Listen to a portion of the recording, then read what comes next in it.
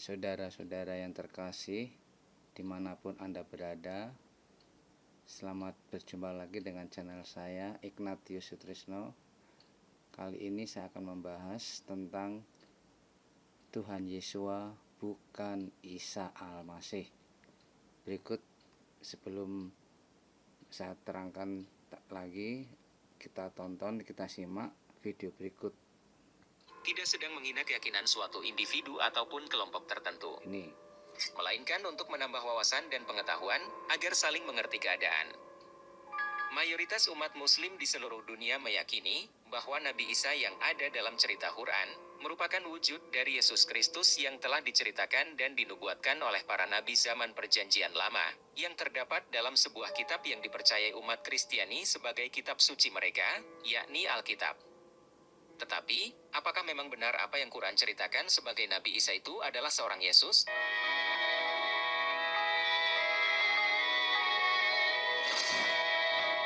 Jika kita melihat dari sisi cerita yang terkandung dalam wujud Nabi Isa, ada beberapa kejanggalan yang merupakan perbedaan yang sangat besar antara Yesus dan Isa.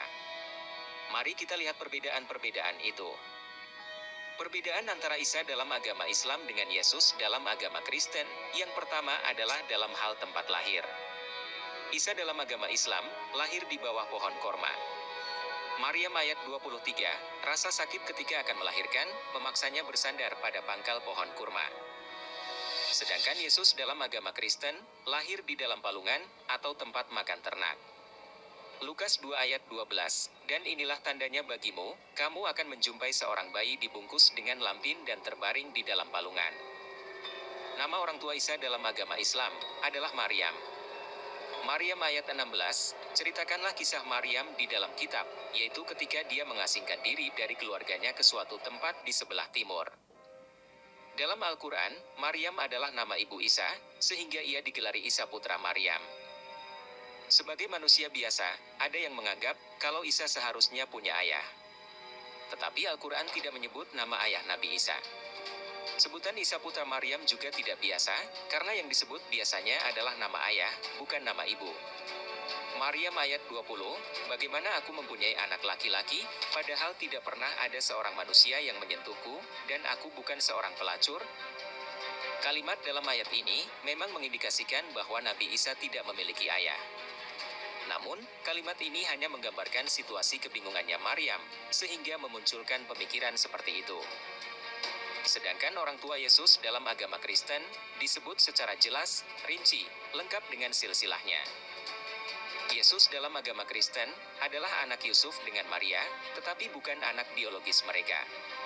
Status itu hanya anak secara hukum, sebab Yesus tidak lahir karena hubungan jasmani Yusuf dengan Maria, tetapi ia dikandung dari Roh Kudus.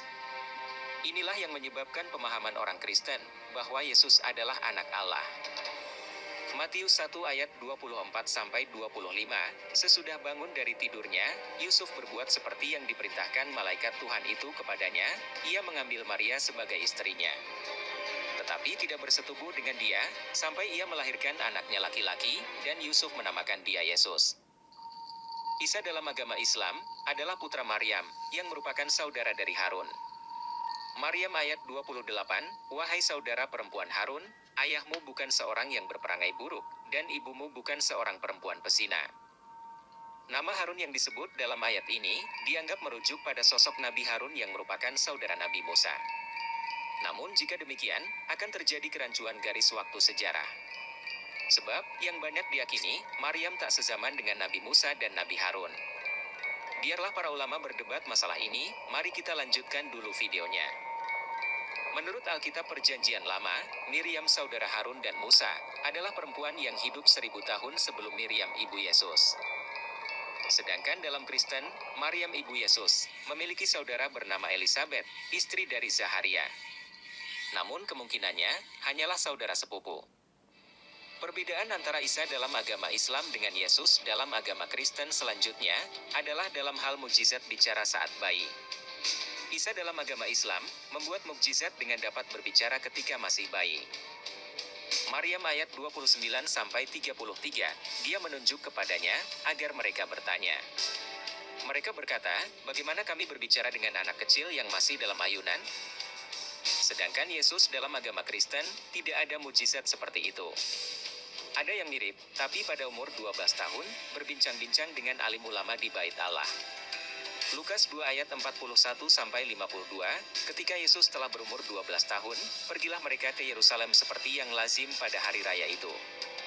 Sesudah 3 hari mereka menemukan dia dalam Bait Allah. Ia sedang duduk di tengah-tengah alim ulama, sambil mendengarkan mereka, dan mengajukan pertanyaan-pertanyaan kepada mereka. Dan semua orang yang mendengar dia sangat heran akan kecerdasannya, dan segala jawaban yang diberikannya. Yesus adalah orang paling banyak melakukan mujizat di Alkitab. Tetapi semuanya dilakukan setelah ia secara resmi memulai pelayanannya pada usia 30 tahun. Nabi Isa dalam Islam, hidup di tengah masyarakat Bani Israel, yang terlena akan kenikmatan dari kemaksiatan yang mereka lakukan. Raja Herodes yang saat itu memimpin, mendengar ajaran dari Nabi Isa, kemudian menyuruhnya untuk menunjukkan kebesaran dari Allah, yaitu menghidupkan burung. Surat Ali Imran ayat 49, seorang rasul dari Bani Israel berkata, "Sesungguhnya aku telah datang kepadamu dengan tanda dari Tuhanmu. Sesungguhnya aku membuatkan bagimu dari tanah yang berbentuk seperti burung, lalu aku meniupnya, sehingga menjadi seekor burung dengan izin Allah." Sedangkan Yesus dalam agama Kristen, tidak ada mujizat seperti itu. Dari sekian banyak mujizat yang dilakukan Yesus, tidak ada satupun yang berkaitan dengan burung. Agama Islam meyakini bahwa Injil diturunkan kepada Nabi Isa, sebagaimana Taurat diturunkan kepada Nabi Musa, dan Al-Quran diturunkan kepada Nabi Muhammad. Sedangkan dalam agama Kristen, Injil tidak diturunkan kepada Yesus, baik dalam bentuk kitab maupun dalam bentuk wahyu. Kristen meyakini, Yesus sendirilah Injil itu, yakni kabar baik, bahwa Tuhan mengampuni dosa manusia lewat pengorbanan Yesus di kayu salib. Yesus juga tidak menulis kitab Injil, tetapi 4 orang pengikutnya yang menulisnya. Dalam hal penyaliban, juga ada perbedaan. Kematian Isa dalam agama Islam, tidak disalibkan, atau tidak mati, tetapi diangkat ke surga. Allah mengubah wajah orang lain, yang umumnya dianggap adalah Yudas Iskariot, menjadi sama dengan wajah Isa. Sehingga orang-orang yang akan menyalibkan Nabi Isa, sesungguhnya menyalibkan Yudas Iskariot, karena menganggapnya Isa. An-Nisa ayat 157, mereka berkata, "Sesungguhnya kami telah membunuh Al-Masih, Isa putra Maryam, Rasul Allah." Padahal mereka tidak membunuhnya, dan tidak pula menyalibnya, tetapi orang yang menurut mereka menyerupai. An-Nisa ayat 158, akan tetapi, Allah telah mengangkatnya kepadanya. Sedangkan Yesus dalam agama Kristen, Yesus disalibkan, mati, bangkit dari kematian 3 hari kemudian, dan naik ke surga. Matius 27 ayat 32-56, di atas kepalanya terpasang tulisan yang menyebut alasan mengapa ia dihukum, "Inilah Yesus Raja orang Yahudi." Bersama dengan dia, disalibkan 2 orang penyamun, seorang di sebelah kanan dan seorang di sebelah kirinya. Dalam hal agama yang dianut, Nabi Isa dalam agama Islam, adalah seorang Muslim. Orang Islam memang meyakini bahwa semua nabi di Al-Quran adalah Islam, termasuk Nabi Isa. Ali Imran ayat 52, ketika Isa menyadari kekufuran mereka, dia berkata, "Siapakah yang akan menjadi penolongku untuk Allah?" Para Hawariyun menjawab, "Kamilah penolong-penolong Allah. Kami beriman kepada Allah, dan saksikanlah, sesungguhnya kami adalah orang-orang Muslim." Sedangkan Yesus dalam agama Kristen, adalah seorang Yahudi, baik dari segi etnis maupun agama. Yesus datang menggenapi agama Yahudi, dan menahbiskan agama baru, yakni agama Kristen. Perbedaan lain, ada dalam hal kedatangan di akhir zaman. Isa dalam agama Islam, akan datang pada hari kiamat. An-Nisa ayat 159, tidak ada seorang pun di antara ahlul kitab, kecuali beriman kepadanya menjelang kematiannya. Pada hari kiamat, dia akan menjadi saksi atas mereka. Sedangkan Yesus dalam Kristen, akan datang sebagai hakim dunia, untuk mengadili seluruh manusia. Isa dalam agama Islam, hanyalah manusia biasa seperti umumnya manusia di dunia, walau ia punya sejumlah kelebihan, seperti melakukan mujizat. Agama Islam menolak keilahian Yesus, karena Allah tidak diperanakan dan tidak memperanakan. Sedangkan Yesus dalam agama Kristen adalah Tuhan, yang ilahi. Dia bukan hanya manusia biasa, tetapi juga yang ilahi. Karena itu, dia disembah dan menjadi pusat penyembahan Kristen. Bagi agama Kristen, Yesus adalah Tuhan yang menjadi manusia. Ia disalibkan dan mati untuk menebus dosa manusia, bangkit dari kematian, dan naik ke surga. Sebenarnya masih banyak lagi perbedaan yang ada pada Yesus dan Isa. Tetapi saya hanya menjabarkan perbedaan yang sangat mencolok saja. Kalau dari banyak perbedaan yang ada antara Yesus dengan Isa, sepertinya Yesus dan Isa merupakan dua pribadi yang berbeda. Yesus merupakan sosok ilahi yang mempunyai kuasa ilahi yang mutlak, sedangkan Isa hanya seorang nabi. Yang mengherankan adalah baik Yesus dan Isa sama-sama pembawa Injil. Yang menjadi pertanyaan adalah, Injil manakah yang dibawa oleh Nabi Isa? Alkitab Perjanjian Baru aslinya ditulis dalam bahasa Yunani. Yesus ditulis dalam bahasa tersebut sebagai Isou.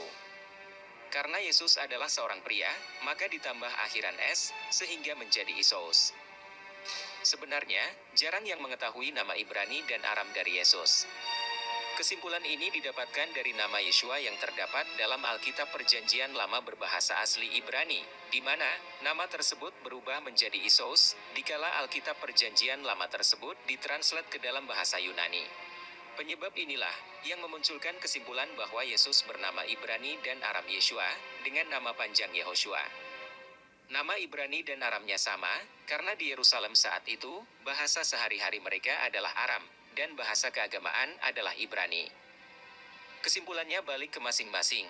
Apakah Yesus dan Isa adalah orang yang sama tapi diinfokan berbeda, atau orangnya memang benar-benar berbeda, sehingga infonya pun juga berbeda?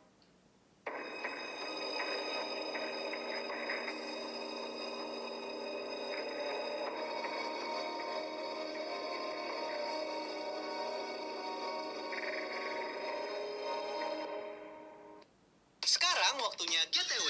Garansi Demikianlah sekilas tentang penjelasan perbedaan antara Tuhan Yesus dengan Nabi Isa. Dan sekarang akan saya tambahkan lebih lanjut tentang perbedaan itu. Pertama, saya akan membacakan dari Kitab Suci ELT. Kitab Suci ELT ini membahas tentang nubuat Tuhan Yesus yang tertulis di Yesaya 9 ayat 5. Di sini tentang kelahiran Raja Damai. Sebab seorang anak telah lahir bagi kita, seorang putra telah diberikan kepada kita, dan pemerintahan ada di pundaknya, dan namanya disebut Ajaib, Penasehat, Elohim yang perkasa, Bapa yang kekal, Raja Damai. Inilah 4 gelar untuk Tuhan Yesus yang sudah dinubuatkan oleh Yesaya tadi. Pertama, sebagai penasehat. Kedua, Elohim yang perkasa. 3, Bapa yang kekal. 4, Raja Damai. Nah, inilah 4 gelar yang disandang untuk Tuhan Yesus, tetapi tidak dimiliki oleh Isa Al-Masih atau Nabi Isa. Nah, sudah jelas bukan bahwa ini adalah tambahan untuk tambahan sebagai penjelasan dari info tadi. Nah, sekarang kita semua sebagai orang Kristen yang beriman kepada Tuhan Yesus tentu tidak akan terpengaruh dengan ayat-ayat Al-Quran tadi yang memang berbeda jauh, bahwa Nabi Isa itu memang di kalangan Muslim, tapi bagi umat Kristen Isa itu tidak pernah ada, alias tokoh fiktif. Ya, sebab apa tokoh fiktif? Karena tidak tertulis di Injil, terutama di Matius, Markus, Lukas, Yohanes, dan sudah ditegaskan oleh nubuatan-nubuatan Nabi zaman dulu seperti Yesaya, Musa, Daniel, dan semuanya tertulis di Perjanjian Lama. Nah, saudara-saudara yang terkasih, demikianlah sekilas tentang perbedaan antara Tuhan Yesus dan Nabi Isa. Sekarang kita yang sudah memiliki iman yang mantap pada Tuhan Yesus tidak akan terpengaruh oleh opini-opini yang sering dituduhkan kepada umat Kristen. Kita sebagai umat Kristen tetap percaya teguh karena ada kuasa Roh Kudus sebagai roh kebenaran. Nah, itulah kelebihan Tuhan Yesus memberikan rohnya sendiri, yaitu Roh Kudus, untuk memahami Injil yang tentu saja sudah tertulis di Matius, Markus, Lukas, dan Yohanes. Nah, demikianlah pertemuan kita hari ini. Semoga dapat menambah pengetahuan bahwa kita umat Kristen sebagai orang Kristen telah punya fondasi yang mantap dari Injil tadi. Jadi kita tidak terpengaruh oleh tuduhan-tuduhan Islam tadi. Sekian dan terima kasih atas perhatian Anda. Tuhan Yesus memberkati kita. Kita bertemu lagi pada topik berikutnya. Sampai ketemu. Tuhan Yesus atau Tuhan Yeshua HaMasiah beserta kita selamanya. Amin.